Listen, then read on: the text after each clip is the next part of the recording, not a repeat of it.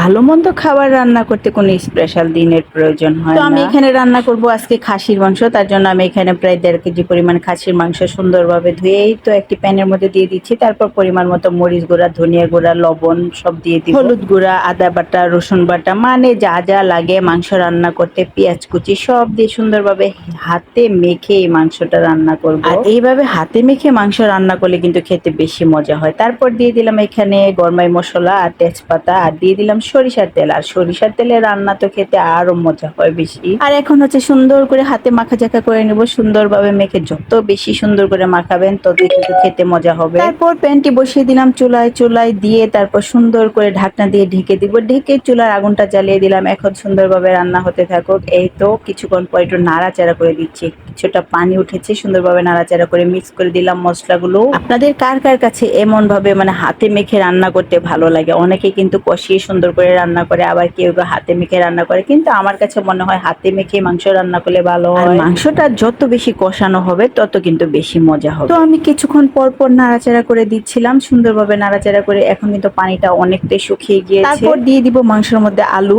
আমরা যারা বাঙালি মায়েরা আছি আমরা কিন্তু ছেলে মেয়েদেরকে আলু, ভাত, মাংস, ডাল এগুলো খাওয়া শিখিয়েছি, এই জন্য তারা কিন্তু আলু ছাড়া খেতেই চায় না। আলু দিয়ে কিছুক্ষণ একটু কষানোর পর দিয়ে দিলাম পরিমাণ মতো পানি ঝুলের জন্য। আর আমার বাসায় তো মাংস রান্না করলে অবশ্যই যেটা আলু দিতে হবে। আমার ছেলে তো আলু ছাড়া একদমই খেতে চায় না, আলু না দিলে তো ওর খাওয়াই বন্ধ সেই দিন। আর এইদিকে হচ্ছে আমি করে নিচ্ছি এই যে ডিমের কোরমা। ডিমের কোরমা তো আমার ছেলে মেয়ে অনেক পছন্দ করে, তাদের পছন্দের জন্য আমি এখানে করে নিচ্ছি ডিমের কোরমা। রেসিপি তো একদম সহজ, সেই জন্য আর দেখালাম না। আর আমার পেজে অনেক আছে ডিমের কোরমা রেসিপি, যাদের প্রয়োজন অবশ্যই দেখে নেবেন। তো রান্নার পর আমি হচ্ছে একটি বাটির মধ্যে সুন্দরভাবে সার্ভ করে নিচ্ছি ডিমের কোরমাটা। কেমন হয়েছে ডিমের কোরমার কালারটা অবশ্যই কমেন্টে জানাবেন।